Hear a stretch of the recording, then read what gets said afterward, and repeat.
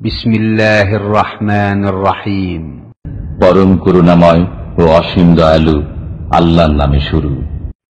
ومن أحسن قولا ممن دعا إلى الله وعمل صالحا وقال إنني من المسلمين. السلام عليكم ورحمة الله وبركاته. إن الحمد لله نحمده ونستعينه ونستغفره ونعوذ بالله من شرور أنفسنا ومن سيئات أعمالنا. من يهده الله فلا مضل له ومن يضلله فلا هادي له وأشهد أن لا إله إلا الله وحده لا شريك له وأشهد أن محمدا عبده ورسوله صلى الله تعالى عليه وعلى آله وصحبه وسلم تسليما كثيرا. يا أيها الذين آمنوا اتقوا الله حق تقاته ولا تموتن إلا وأنتم مسلمون. يا أيها الناس اتقوا ربكم الذي خلقكم من نفس واحدة وخلق منها زوجها وبث منهما رجالا كثيرا ونساء واتقوا الله الذي تساءلون به والأرحم إن الله كان عليكم رقيبا. يا أيها الذين آمنوا اتقوا الله وقولوا قولا سديدا يصلح لكم أعمالكم ويغفر لكم ذنوبكم ومن يطع الله ورسوله فقد فاز فوزا عظيما. أما بعد فإن خير الحديث كتاب الله وخير الهدي هدي محمد صلى الله عليه وسلم وشر الأمور محدثاتها وكل محدثة بدعة وكل بدعة ضلالة وكل ضلالة في النار. أعوذ بالله من الشيطان الرجيم. بسم الله الرحمن الرحيم. تبارك الذي نزل الفرقان على عبده ليكون للعالمين نذيرا. وقال الله تعالى في آية أخرى وقل رب أنزلني منزلا مباركا وأنت خير المنزلين. সম্মানিত ভাতৃমণ্ডলী এবং পর্দার আড়ালের মা এবং বোনেরা, আল্লাহ পাক রব্বুল আলামিনের সমস্ত প্রশংসা যে আল্লাহ পাক রব্বুল আলামিন আমাদের সকলকে সৃষ্টি করেছেন, আমাদেরকে হিদায়াত দান করেছেন, আমাদের রিজিক দান করেছেন। আল্লাহ পাক রব্বুল আলামিন এক কথায় যা কিছুই আমাদের কাছে আছে, ছিল এবং থাকবে সবকিছু আল্লাহর পক্ষ থেকে। ওমা বিকুম মিন নি'মাতিন ফামিনাল্লাহ, তোমাদের কাছে যা কিছুই রয়েছে তা আল্লাহর পক্ষ থেকে। সবকিছু আল্লাহ পাকের নিয়ামত, আল্লাহ পাকের অনুগ্রহ। সালাত এবং সালাম নাযিল হবে নবী মুহাম্মদুর রাসূলুল্লাহ সাল্লাল্লাহু আলাইহি সাল্লামের উপর, যাকে আল্লাহ পাক রব্বুল তার বিশেষ রহমতে নবী এবং রাসূল করেছেন, শ্রেষ্ঠত্ব দান করেছেন। আল্লাহ পাক রব্বুল আলামিনের এই এক বড় দান নবী মুহাম্মদ সাল্লাল্লাহু আলাইহি সাল্লামের উপর এবং তার উম্মতের উপর। আল্লাহ পাক রব্বুল আলামিন মানব জীবনে বরকত দিয়েছেন। এই বরকত হাসিল করার জন্য কিছু ইবাদতগত পদ্ধতি রয়েছে, আর কিছু রয়েছে পার্থিব উপায় বা উপকরণ, মাধ্যম, যেগুলির মাধ্যমে আপনি বরকত হাসিল করার জন্য, আপনার জীবনটা বরকতময় করার জন্য, আপনার কাজ কর্ম, আপনার সব কিছুই যাতে করে বরকতপূর্ণ হয়, এর জন্য আপনি সচেষ্ট হবেন। আজকের বিষয়বস্তু হচ্ছে এই বরকত সম্পর্কে। আল্লাহ পাক রব্বুল আলামিনের যেমন নিয়ামত সবকিছুই বললাম, তার মধ্যে একটি হচ্ছে বরকত। এই বরকত, যেটি আরবি ভাষায় বারাকাহ, আমরা বাংলা ভাষায় সেটাকে বরকত বলে থাকি। এই বারাকাহ বা বারকাতুনের বহু বচন হচ্ছে বারাকাত, আমরা সেটাকে বারাকাতকে বরকত বলে থাকি। এই বরকত শব্দটি আমরা বাংলা না হইলেও আরবি হইলেও খুব সুন্দর করেই মোটামুটি বুঝি, যদিও শাব্দিক অর্থ অধিকাংশ মানুষই বলতে পারবো না। সংজ্ঞা যদি বলতে বলা হয় যে বরকতের সংজ্ঞা কি, বরকত কাকে বলে, তাও হয়তো এইভাবে বলতে পারবো না, কিন্তু এমনি এমন কথা বলতে পারবো যার দ্বারা আমরা বুঝিয়ে দিতে পারবো বা বুঝি যে বরকত কাকে বলে। তাহলে একজন মুসলিম তার অন্তর থেকে কামনা করে যে তার জীবনে যেন বরকত থাকে, তার প্রত্যেকটি কথায় কাজে যে আল্লাহ পাক তাকে দান করেছেন, ধন সম্পদে, জানে মালে, সবকিছুতে যেন বরকত থাকে, পরিবার পরিজন ইত্যাদি যা কিছুই তার কাছে আছে। এই বরকতের জীবন হাসিল করার জন্য বেশ কিছু উপায় রয়েছে। তার মধ্যে আজকের বিষয়বস্তু হচ্ছে শুধু ওই উপায়গুলি যেগুলি হচ্ছে ইবাদতগত উপায়, মানে যেগুলি হচ্ছে ইবাদত, আল্লাহ পাক রব্বুল আলামিনের নৈকট্য লাভের জন্য মেহনত পরিশ্রম করা। এই ইবাদত বন্দেগীর মাধ্যমে আপনার লাইফে, আপনার জীবনে, আপনার যা কিছু রয়েছে তাতে বরকত আনার চেষ্টা করা। আল্লাহ পাক রব্বুল আলামিনের নজরে এই ক্ষেত্রে নারী পুরুষ উভয় সমান। আল্লাহ পাক যেমন বরকতের পন্থা কেমন করে বরকত হাসিল হবে পুরুষদের জন্য খোলা রেখেছেন, তেমন নারীদের জন্য খোলা রেখেছেন। বরকতপূর্ণ জীবন ইবাদত বন্দেগীর মাধ্যমে এবং পার্থিব যে সব মাধ্যম রয়েছে সেগুলির মাধ্যমে যেমন একজন পুরুষ মানুষ বরকতপূর্ণ জীবনের জন্য সচেষ্ট হতে পারে, তেমনি একজন নারীও পারে। এটা হচ্ছে প্রতিযোগিতার ময়দান। আফিযালিকা ফালিয়াতানাফাসিল মুতানাফিসুন। আল্লাহ পাক কোরআনে কারীমে বলেছেন যে ভালো কাজের ক্ষেত্রে যারা প্রতিযোগী তারা যেন প্রতিযোগিতা করে।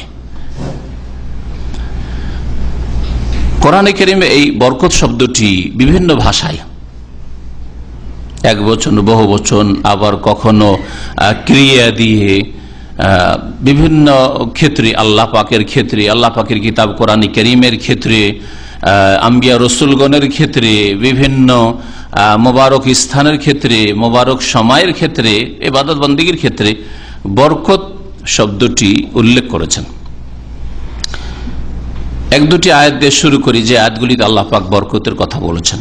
মহান আল্লাহ ইরশাদ করেছেন সূরা ফুরকানের শুরুতেই।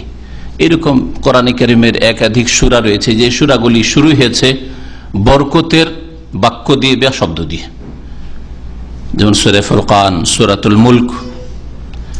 মহান আল্লাহ ইরশাদ করেছেন তাবারাকাল্লাযী নাযালাল ফুরকান, বরকতময় সেই সত্তা, সেই জাতে পাক, সেই আল্লাহ, আল্লাযী নাযালাল ফুরকান, যিনি আল ফুরকান কোরআনে কারীম নাযিল করেছেন। এমন কিতাব নাযিল করেছেন যা হক এবং বাতিলের মাঝে পার্থক্যকারী, ভালো এবং মন্দের মাঝে পার্থক্য স্পষ্ট করে দিয়েছে, কোনো অস্পষ্টতা রাখেনি। এই জন্য আল কোরআনকে আল ফুরকান বলা হয়। ফারক মানে পার্থক্য, আর ফুরকান মানে পার্থক্যকারী, যে পার্থক্য করে। কোরআনে কারীমকে আল্লাহ পাক এই আয়াতে আল ফুরকান বলেছেন। বরকতময় সেই সত্তা যিনি আল ফুরকান নাযিল করেছেন তার বান্দা মুহাম্মদ সাল্লাল্লাহু আলাইহি ওয়াসাল্লামের উপর, লিয়াকুনা লিল আলামিন নাযীরা, যাতে করে তিনি মুহাম্মদ সাল্লাল্লাহু আলাইহি ওয়াসাল্লাম বিশ্ব জগতের জন্য সতর্ককারী সাব্যস্ত হতে পারেন। নবী মুহাম্মদ সাল্লাল্লাহু আলাইহি ওয়াসাল্লামকে আল্লাহ পাক রব্বুল আলামিন সারা বিশ্ব জাহানের জন্য, মানুষের জন্য, জিনের জন্য, আর বিশ্ব জাহানের সৃষ্টির লক্ষ্য উদ্দেশ্য হচ্ছে মানুষ জিন দিয়ে আল্লাহ পাকের ইবাদত বন্দেগী প্রতিষ্ঠা করা। তো আল্লাহ পাকের বান্দা মানুষ এবং জিন যাতে করে তার বন্দেগী করে, তার ইবাদত বন্দেগী করে, তার আদেশ নিষেধ মেনে চলে, তার নাজিলকৃত বিধান মোতাবেক জীবন যাপন করে, আর তাদেরকে এই মর্মে নবী মুহাম্মদ সাল্লাল্লাহু আলাইহি ওয়াসাল্লাম যাতে করে সতর্ক করে দেন, এমন কথা বলার সুযোগ কোনো মানুষ বা জিনের না থাকে বিচার দিবসে, কিয়ামতের দিনে, যে আল্লাহ আমরা তো বুঝতাম না, আমরা তো জানতাম না, আমাদেরকে তো বলা হয়নি, আমাদেরকে তো সচেতন করা হয়নি, এ কথা বলার যেন কোনো অবকাশ না থাকে। লিয়াকুনা লিল আলামিন নাযীরা। তো আল্লাহ পাক রব্বুল আলামিন এই আয়াতে তার জাতে পাককে, তার সত্তাকে বরকতময় বলে আখ্যায়িত করেছেন। তাবারাকাল্লাযী, বরকতময় সেই আল্লাহ পাক রব্বুল আলামিন। তাহলে বরকতের আধার আল্লাহ পাক রব্বুল আলামিনের জাত, সত্তা, আল্লাহ পাক রব্বুল আলামিনের সিফাত, গুণাবলী, আল্লাহ পাক রব্বুল আলামিনের বাণী, আল্লাহ পাকের কালাম, আল্লাহ পাক রব্বুল আলামিন যেসব জিনিসে, বিষয়ে, ব্যক্তিতে বরকত রেখেছেন তাই বরকতময়। আল্লাহ পাক যদি কোনো জিনিসে, কোনো বস্তুতে, কোনো বিষয়ে, কোনো স্থানে, কোনো সময়ে বরকত না রাখেন সেটা বরকতের নয়। আল্লাহ পাক রব্বুল আলামিন আসল বরকতের মালিক, তিনি মুবারক। ফাতাবারাকাল্লাহু আহসানুল খালিকিন। আল্লাহ পাক রব্বুল আলামিন বড়ই বরকতময়, যিনি সবচাইতে সুন্দর সৃষ্টি করেছেন, আহসানুল খালিকিন। আল্লাহ পাক রব্বুল আলামিন দ্বিতীয় আয়াতে সূরা মুমিনুনের আয়াত নম্বর 29 তাতে ইরশাদ করেছেন একটি দোয়া সম্পর্কে, ওয়াকুর রব্বি আনজিলনি মুনজালাম মুবারাক ওয়া আনতা খায়রুল মুনজিলিন। নূহ আলাইহিস সালামের দোয়া। নূহ আলাইহিস সালাম যখন নৌযানে পানি জাহাজে চাপলেন লোকদেরকে নিয়ে, যারা মুমিন হয়েছিল, ঈমান নিয়ে এসেছিল, এবং তাতে যেসব ঘটনায় রয়েছে যে প্রত্যেক পশু পাখি থেকে এক জোড়া জোড়া করে, আর এই মহাবন্যা পৃথিবীতে আসলো।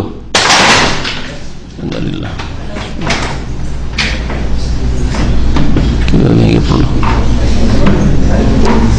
যাক অসুবিধা নেই, ইচ্ছা করে হয়নি, ঠিক আছে।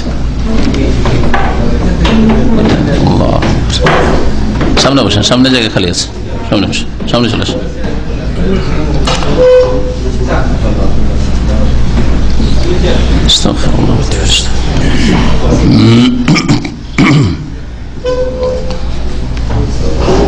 আজকাল চায়নার মাল এরকমই, তাই না? চায়নাতে বরবাদ করে দিল পৃথিবীকে, সুবহানাল্লাহ। প্রোডাকশন বেশি আর কোয়ালিটি ভালো নয়, এইরকম হয়েছে বিদাতীদের আমল। চায়নার প্রোডাকশন মাল সামান আর বিদাতীদের আমল। নামাজ রোজা দুয়া জিকির আজকার ওদের কিন্তু বেশি, জিকিরের শেষ নেই, দুরুদের শেষ নেই। আপনি তো একটা দুরুদ ইব্রাহিমই জানেন আর সাল্লাল্লাহু আলাইহি ওয়াসাল্লাম এক দুটোই দুরুদ জানেন, আর তাদের দুরুদের শেষ নেই, তাই না? কিন্তু একটিও কবুল হয় না, কারণ সবগুলি নবী করিম সাল্লাল্লাহু আলাইহি ওয়াসাল্লামের রাস্তা ছাড়া অন্য রাস্তার, সব বিদাতিকা। কোয়ালিটি ভালো না, ডাউন কোয়ালিটি বিদাতিদের আমলের, কিন্তু কোয়ান্টিটি পরিমাণ অনেক বেশি তাদের। সারাদিনে যদি আপনাকে বলা হয় কবর আল্লাহ পাকের জিকির আজকার করেছেন, আরে সুন্নতিতে জিকির আজকার করবেন তো নেই। অধিকাংশ মানুষে যারা কোরআন সুন্নাহর অনুসারী তাদেরকে বলছি, আর বিদাতি জিকির ও সুন্নতি জিকিরের তৌফিক হয় না, কারণ নবীর রাস্তা তো ধরবে না। বিদাতি জিকির আল্লাহু আল্লাহু ইল্লাল্লাহ ইল্লাল্লাহ হু হু, এই জিকির হাজার হাজার লাখ লাখ। আর যদি কোরআন সুন্নাহর দোয়া জিকির দিয়েও করে, তবু এমন আনুষ্ঠানিকতা মজলিস বসায় যে না ১৬ লাখ হইতে হবে খতমে ইউনুস। তো এত সুন্দর দোয়াকে, কোরআনী দোয়াকে, ইউনুস আলাইহিস সালামের দোয়াকে বিদাতে পরিণত করে দিল তাদের বিদাতি তরিকার কারণে, যে ১৬ লাখ হইতে হবে, কম হলে চলবে না। এইভাবে বিদাতিদের আমল হচ্ছে মেডিয়ান চাহিদা। এটা মাঝখানে আলোচনার ফাঁকে এই কথাটা আসলো, মনে রাখবেন, যাতে করে সতর্ক হন যে আপনি যে কাজটা করছেন আল্লাহ পাককে পাওয়ার জন্য, আল্লাহ সন্তুষ্টি হাসিলের জন্য, সেটা কি আসলে নবী করিম সাল্লাল্লাহু আলাইহি সাল্লামের কাছ থেকে মঞ্জুরি প্রাপ্ত না মঞ্জুরি নেই? আসলে পাশ করিয়েছেন নবী সাল্লাল্লাহু আলাইহি সাল্লাম থেকে, মানে কোরআন এবং সহিহ হাদিস আছে? প্রশ্ন প্রত্যেকটি ক্ষেত্রে করতে হবে। আপনি যেই তরিকায় নামাজ পড়ছেন এটা কি নবীর নামাজ? যে জিকির করছে এটা কি নবীর জিকির? এই যেই দুরুদ পড়ছেন এটা কি নবী সাল্লাল্লাহু আলাইহি সাল্লামের দুরুদ? না দুরুদের তাজ আর তনাজ্জিনা দুরুদে মাহি আর দোয়া গঞ্জুল আরশ। আর ভিতরে গাপ কোথায় আসলো রে বাবা যে গঞ্জুল আরশ দোয়া, হ্যাঁ কোথায় বলেন এসব? যাই হোক, এগুলো থেকে সতর্ক হওয়া সব আগে ফরজ। কারণ গোনাকে গোনা মানুষ জানে, যেগুলো দুনিয়ার গোনা, জেনা, ব্যভিচার, মদ খাওয়া, এগুলোকে কাফেরও জানে যেগুলো গোনা, খারাপ কাজ। কিন্তু বিদাতি কাজকে মুসলিম ধার্মিক যারা বিদাতি তারাও গোনা মনে করে না। কবর মাজার পূজা, পীর মুরিদের ব্যবসা, সুফিবাদ, আর যত বিদাতি জিকির, বিদাতি দুরুদ, সবগুলি ধর্মের নামে হচ্ছে, ধর্মের নামে হচ্ছে। তো এই শিক্ষায় সৌদি আরব থেকে নিয়ে যেতে পারেন তো কামিয়াব। শিরক বিদাত মুক্ত হন, শিরক বিদাত মুক্ত হন, যেগুলিকে নেকি মনে করে করছে মুসলিমরা, অথচ শিরক আর বিদাত কখনো নাজাত পাবে না সব করে। এসব হচ্ছে মেডিয়ান চায়না কোয়ালিটি। আলোচনার বিষয়বস্তু আমাদের হচ্ছে বরকত হাসিলের উপায়, ইবাদতগত উপায়। এই আলোচনা করতে গিয়ে বললাম যে নূহ আলাইহিস সালাম কে আল্লাহ পাক রব্বুল আলামিন দোয়া শিখাচ্ছেন। ওয়াকুল, হে নবী বলো, নূহ আলাইহিস সালাম, রব্বে আনজিলনি মুনজালাম মুবারাকা, হে প্রতিপালক, আমাকে বরকতময় স্থানে নামিয়ে দাও। আনজিলনি মুনজালান মুবারাকান, আর একটি কেরাত রয়েছে মানজিলা মুবারাকান, বরকতময় স্থানে। বরকতময় স্থানে অথবা বরকতের অবস্থায়, যে কোনো বরকতের জায়গায়, বরকতের স্থানে অথবা বরকতের অবস্থায় পৌঁছে দাও। আনজালনি মুনজালা মুবারাকা, বরকতময় স্থানে বা বরকতময় অবস্থায় আমাকে নামিয়ে দাও। ওয়া আনতা খায়রুল মুনজিলিন, তুমি সর্বশ্রেষ্ঠ অবতরণকারী বা নামানেওয়ালা। তুমি ভালো জায়গায়, বরকতের জায়গায় আমাকে নামিয়ে দাও। এমন জায়গায় গিয়ে না নামি যেখানে গিয়ে নামলে, অবতরণ করলে ইহকাল পরকালের ক্ষতি হয়। আপনি চিন্তা করুন, আপনি যখন বিদেশে এসছেন, প্রবাসে এসছেন, বা যে কোনো জায়গায় গিয়ে নামছেন, বিশেষ করে রুজি রোজগারের জন্য এসছেন, এই বিষয়টা নিয়ে যখন আসছিলেন, কত, যদি একজন মুসলিম হন তাহলে আল্লাহ পাকের কাছে কত চেয়েছেন। আর যদি মুসলিম, নামকে অস্তে মুসলিম, ও আল্লাহর কাছে চাওয়া যান না, বা অমুসলিম, তারপরেও মনের আকাঙ্ক্ষা, কামনা যে যেখানে যাচ্ছি যাতে করে ভালো হয়। কেউ আল্লাহর কাছে চাইছে, কেউ গায়রুল্লাহর কাছে চাইছে, কেউ মনে মনে চাইছে, এমনিতে চাইছে, আল্লাহর কাছেও চাই না, হয়তো গায়রুল্লাহর কাছে চাই না, বেদিন, কিন্তু তার মনের কামনা যে যেখানে যাচ্ছি সেখানে যেন আমি সফল হতে পারি। রব্বে আনজিলনি মুনজালা মুবারাকা, হে আল্লাহ, হে প্রতিপালক, বরকতময় স্থানে আমাকে নামিয়ে দাও। তুমি সর্বোত্তম অবতরণকারী, তুমি সবচেয়ে ভালো জায়গায় নামাতে পারো, এটা তোমার হাতে। প্রথম যখন এসছেন কত চিন্তা করেছেন, মালিক কেমন হবে, সাথী সঙ্গীরা কেমন হবে, কাজের ধরন কেমন হবে, আবার যা আমার সাথে ওয়াদা করা হয়েছে, বলা হয়েছে, তা আমাকে দেওয়া হবে কি হবে না, থাকার জায়গা কেমন হবে, ইত্যাদি ইত্যাদি কত কি যে চিন্তা করেছেন। মেহনত করে কাজ করে লাভ হবে না, হবে না, কি হবে, কত যে কল্পনা জল্পনা ছিল মনে। কারণ যেখানে যাচ্ছেন সেখানে আপনার কল্যাণ হোক, এটা প্রত্যেক মানুষের কামনা।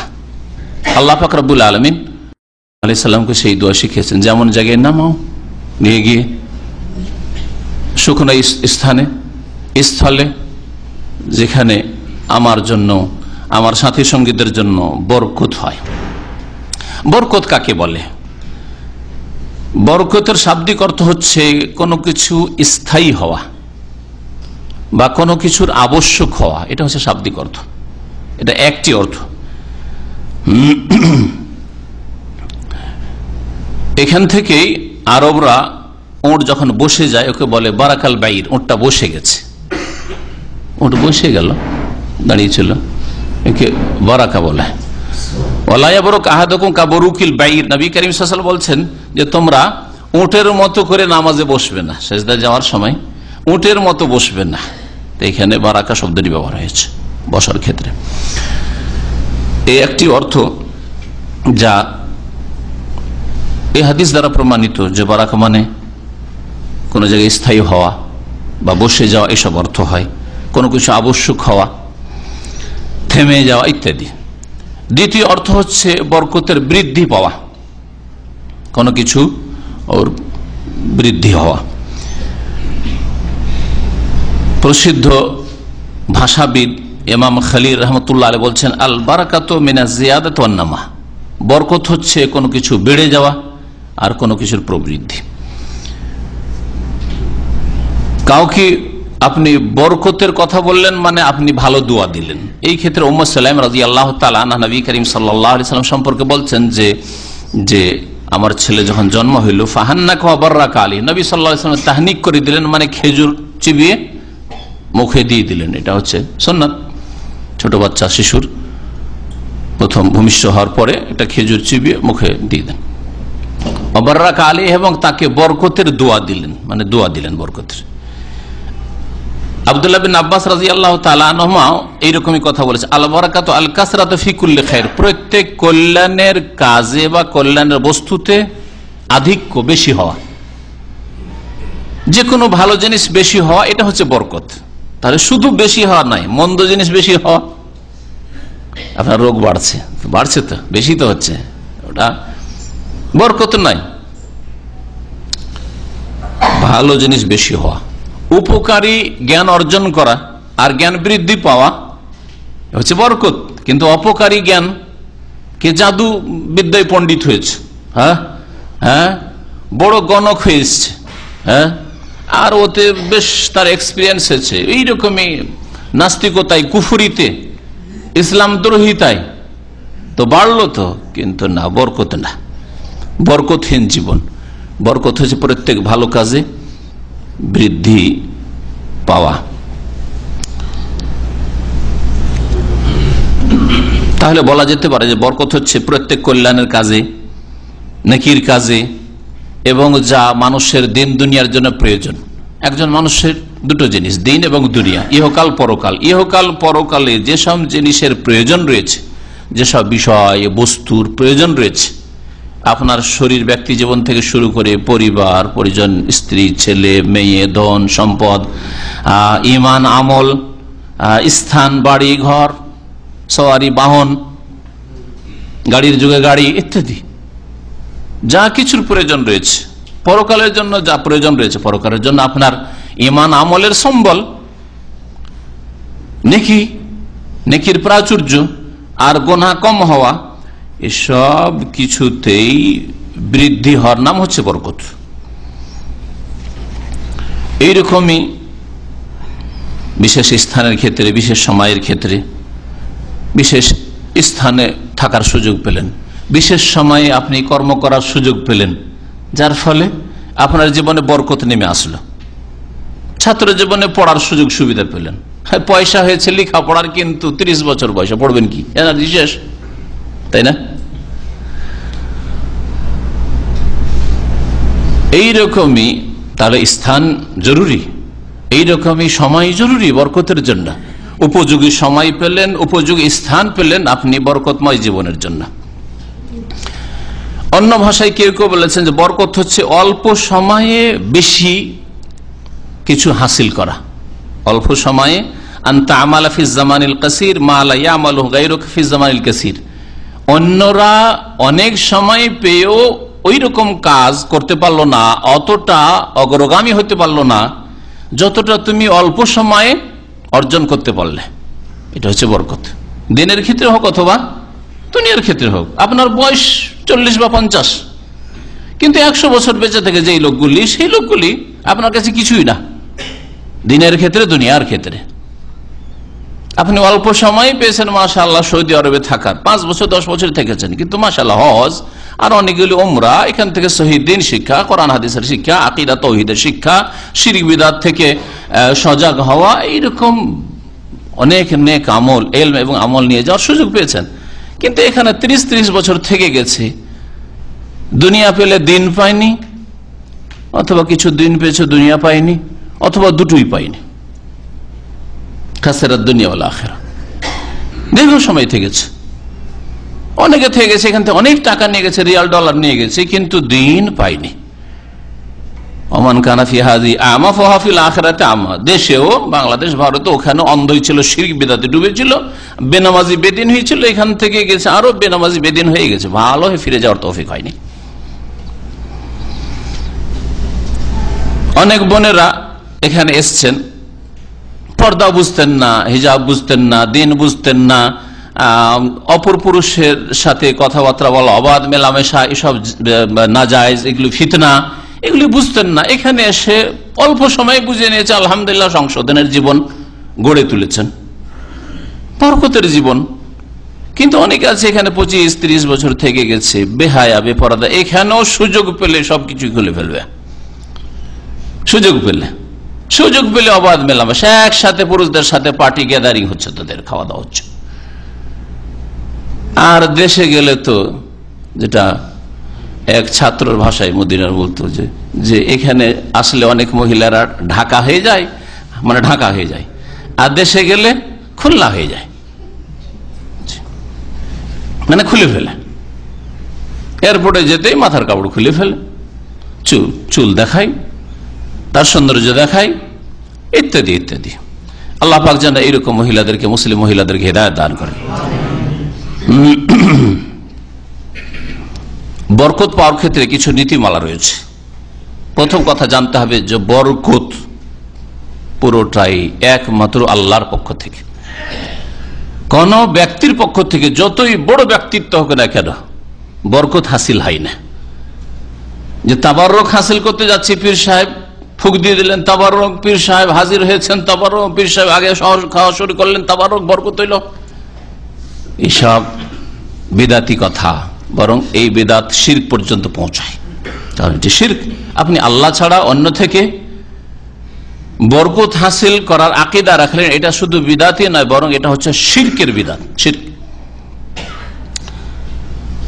বরকত যখন আল্লাহর পক্ষ থেকে, তখন বরকত চাইতে হবে কার কাছে? আল্লাহর কাছে চাইতে হবে।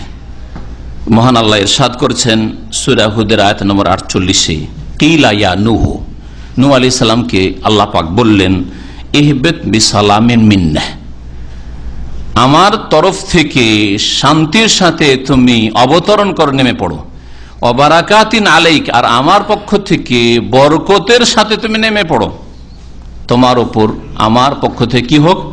বারাকাত, বরকত নাজিল হোক। শান্তি এবং বরকত আমার পক্ষ থেকে মিন্না, আল্লাহ বলেছেন তুমি অবতরণ করো পানি জাহাজ থেকে। ইব্রাহিম আলাইহিস সালাম সম্পর্কে আল্লাহ পাক ইরশাদ করেছেন সূরা হুদের আয়াত নম্বর 73-এ, রাহমাতুল্লাহি আলাইকুম ওয়া রাহমাতুহু আলাইকুম, রাহমাতুল্লাহি ওয়া বারাকাতুহু আলাইকুম আহলাল বাইত, আল্লাহ পাকের রহমত এবং আল্লাহ পাকের বরকত তোমাদের উপর হে ইব্রাহিম, তোমার উপর, তোমার পরিবার পরিজনের উপর, আহলাল বাইত, হে পরিবারের সদস্যরা, মানে ইব্রাহিম পরিবারের সদস্যরা, ইব্রাহিম আলাইহিস সালাম এবং তার স্ত্রী হাজার, তার আরেক স্ত্রী সারা, তার ছেলে ইসমাইল, তার ছেলে ইসহাক এবং ছেলের ছেলে, বলেন ইসহাকের ছেলে ইয়াকুব, ইয়াকুবের ছেলে ইউসুফ, বরকত আর বরকত। ইসমাইল আলাইহিস সালামের বংশে কোরাইশ বংশ, আর কোরাইশ বংশ থেকে নবী মুহাম্মদ রাসূলুল্লাহ সাল্লাল্লাহু আলাইহি ওয়াসাল্লাম, কত বরকত, কত বরকত এই বংশে। ইব্রাহিম আলাইহিস সালামের বংশে যেই বরকত হয়েছে পৃথিবীর কোন মানুষের বংশে এত বরকত হয়নি। এই জন্যই তো দুরুদ ইব্রাহিমিতে বা সালাত ইব্রাহিমিতে শেখানো হয়েছে যে এইভাবে আপনি দুরুদ পেশ করবেন, সালাত পেশ করবেন, আল্লাহুম্মা সাল্লি আলা মুহাম্মদ ওয়া আলা আলি মুহাম্মদ কামা সাল্লাইতা আলা ইব্রাহিমা ওয়া আলা আলি ইব্রাহিম, তুলনা ইব্রাহিম আলাইহিস সালাম ইব্রাহিমের পরিবারের সাথে। আল্লাহুম্মা বারিক আল্লাহ, তারপরের অংশটুকু আল্লাহুম্মা বারিক আল্লাহ, কারণ বরকতের বিষয় বস্তু সুতরাং বরকতটা বলি। আল্লাহুম্মা বারিক আলা মুহাম্মদ ওয়া আলা আলি মুহাম্মদ কামা বারাকতা আলা ইব্রাহিমা ওয়া আলা আলি ইব্রাহিম ইন্নাকা হামিদুম মাজিদ। আল্লাহুম্মা বারিক আলা মুহাম্মদ, হে আল্লাহ মুহাম্মদ সাল্লাল্লাহু আলাইহি সাল্লামের উপর বরকত নাজিল করো, বরকত দান করো। প্রত্যেক মুসলিম প্রত্যেক নামাজের তাশাহুদে কি পড়ছে? এই দুরুদ, এই সালাত পড়ছে। আল্লাহ তুমি মুহাম্মদ সাল্লাল্লাহু আলাইহি সাল্লামকে বরকত দাও, ওয়া আলা আলি মুহাম্মদ, মুহাম্মদ সাল্লাল্লাহু আলাইহি সাল্লামের বংশেও যারা মুমিন মুমিনাত সহিহ আকীদার উপর রয়েছে তাদের বংশে, এমন না যে আওলাদের রাসূলের নামে কবর মাজার পূজা আর পীর পূজায় ব্যস্ত আর নাম আওলাদের রাসূল না। নবী করিম সাল্লাল্লাহু আলাইহি ওয়াসাল্লামের এই জন্য একটি হাদিস রয়েছে যে আমার বংশ হচ্ছে কুল্লু মুমিনিন তাকি, আমার আল হচ্ছে মুমিন মুত্তাকি, আল্লাহ ভীরু মুমিন। তাহলে যারা ইমানের জায়গায় শিরক শুরু করেছে, বিদাত শুরু করেছে, তাকওয়ার জায়গায় গুনাহে ডুবে গেছে, পাপে ডুবে গেছে, অন্য রাস্তা নিয়েছে নবী করিম সাল্লাল্লাহু আলাইহি ওয়াসাল্লামের রাস্তা ছাড়া, যদিও বংশের দিক থেকে রক্তের দিক থেকে সম্পর্ক নবী করিম সাল্লাল্লাহু আলাইহি ওয়াসাল্লামের সাথে হোক না কেন, আসলে সম্পর্ক নেই এই বরকতের সাথে, তাদের জন্য বরকত নাই। আল্লাহ বারিক আলা মুহাম্মদ, হে আল্লাহ মুহাম্মদ সাল্লাল্লাহু আলাইহি ওয়াসাল্লামকে বরকত দান করো, ওয়া আলা আলি মুহাম্মদ, মুহাম্মদ সাল্লাল্লাহু আলাইহি ওয়াসাল্লামের বংশের উপর বরকত নাজিল করো, কামা বারাকতা আলা ইব্রাহিম, যেমন তুমি বরকত নাজিল করেছো ইব্রাহিম আলাইহিস সালামের উপর, আর ওয়া আলা আলি ইব্রাহিম, ইব্রাহিমের বংশের উপর। ইব্রাহিম আলাইহিস সালামের বংশে কত নবী রাসূল, ওই রকম বরকত মুহাম্মদ সাল্লাল্লাহু আলাইহি ওয়াসাল্লামের এবং তার পরিবার পরিজনে বরকত দান করো। বরকত আল্লাহর পক্ষ থেকে, যখন বরকত আল্লাহর পক্ষ থেকে, সুতরাং এই বরকত যদি আর কারো কাছে চান তাহলে এর নাম কি হবে? শিরক হবে। যদি কাউকে বলেন যে আপনি আল্লাহর ওলি, সুতরাং একটু তাবারক দিয়ে দেন, আপনার ফয়েজ হাসিল করছি, বা অমুক কবর থেকে ফয়েজ আসে, হ্যাঁ, ইত্যাদিতে যেসব সুফিবাদের এই শিরকি আকীদা রয়েছে, ফয়েজ আসা, বরকত আসা, তাবারুক হাসিল করা, এগুলি কোন ব্যক্তি থেকে আল্লাহ ছাড়া, আল্লাহর জাতে পাক ছাড়া, সিফাত গুণাবলী ছাড়া এবং আল্লাহ পাকের কালাম কোরআন কারীম ছাড়া, কারণ আল্লাহ পাকের কালাম হচ্ছে আল্লাহ পাকের গুণ, কোরআন কারীম বরকত রয়েছে। এই জন্য কোরআন কারীমকে আল্লাহ পাক রব্বুল আলামিন কি বলেছেন? মুবারক বলেছেন। কিতাবুন আনজালনাহু ইলাইকা মুবারক, এই কিতাব হচ্ছে বরকতময়। কোরআন কারীম দিয়ে বরকত হাসিল করবেন। এই জন্য কেউ যদি দম করে আর আপনার উপকার হয়, ফুক দিয়ে দিল আর আপনার সুস্থতা আসলো, আপনার ছেলে মেয়ের ইত্যাদি কিছু হইল, লাভ হইল, কখনো বলবেন না যে ওই ব্যক্তির বরকত, বরং কিসের বরকত? কোরআনে কারীমের বরকত। কোরআনে কারীম থেকে বরকত হাসিল হয়েছে, কারণ কোরআনে কারীম পড়া হয়েছে।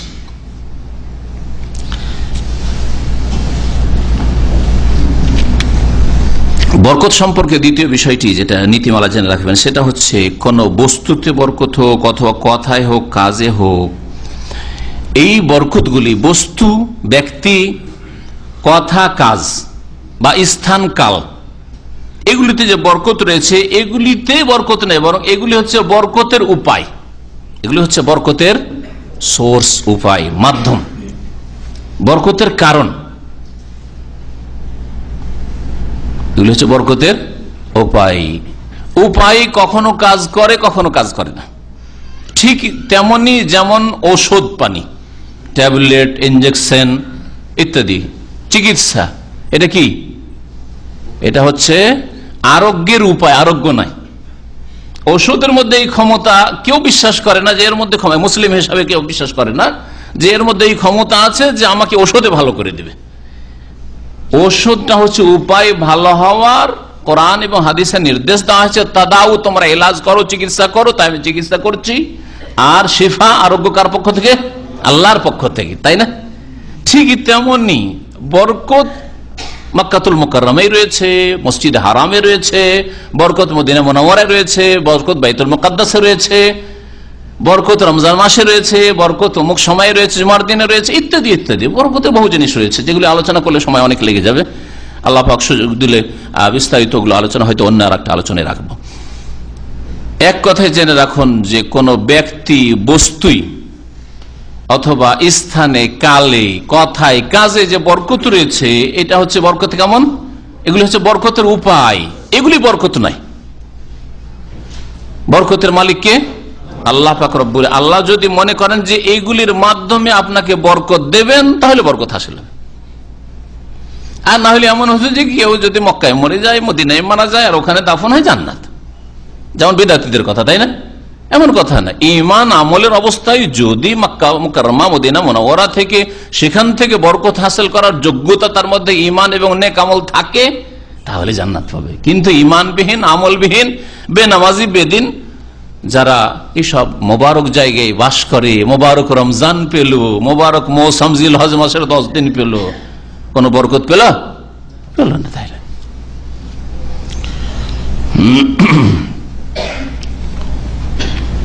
এইরকমই বরকতের ক্ষেত্রে যুক্তি পেশ করলে হবে না যে মক্কায় বরকত আছে, মক্কা শরীফ তো, মাজার শরীফে কেন বরকত নাই?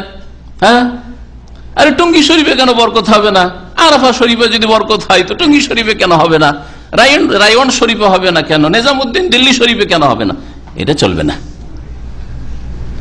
বরকতের ক্ষেত্রে কোরআন এবং হাদিসে যে স্থান, ব্যক্তি, বস্তু সম্পর্কে বরকতের কথা বলা হয় তাতেই সীমিত রাখতে হবে। অর্থাৎ বরকতের বিষয়টি হচ্ছে তাওকিফি।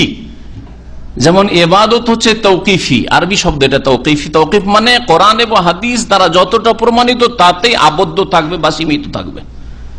জোহরের নামাজ ফরজ 4 রাকাত, 4-5 করলে কোনো নেকি পাবেন না, ঠিক না? বেশি তো করলেন, নেকি পাবেন? নেকি পাবেন না। যুক্তি কি যে 4-5-6 চলবে না? না, যুক্তি না। কোরআন এবং হাদিস তাই বলে, আল্লাহ এবং তার রাসূল এই বলেছেন, সুতরাং এটি হচ্ছে ইবাদত। ঠিক তেমনি বরকতের বিষয়, যেই জিনিস, ব্যক্তি, বস্তুতে, স্থানে, কালে বরকতের কথা বলা, কথায়, কাজে বরকতের কথা বলা হয়েছে, তাতেই শুধু বরকত রয়েছে।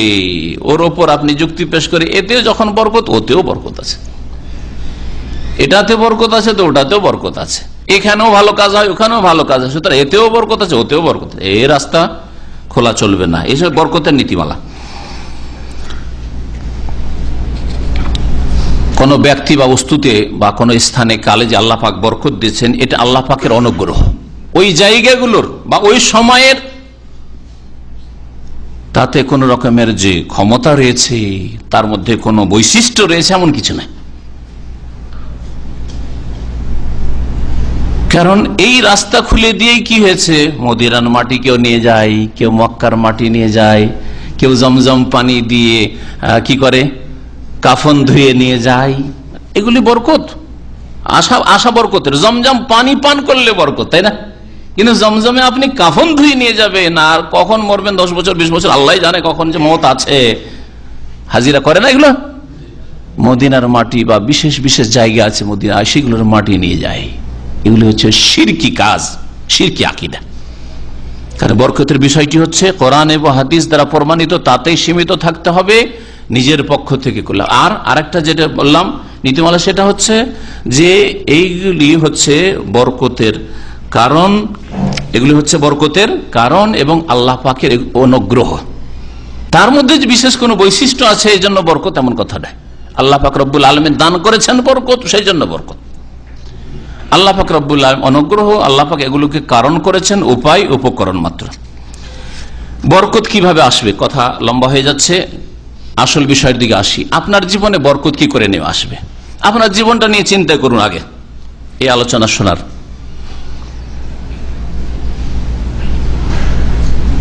বরকত আপনার ব্যক্তি জীবনে অনেকগুলো ক্ষেত্র রয়েছে।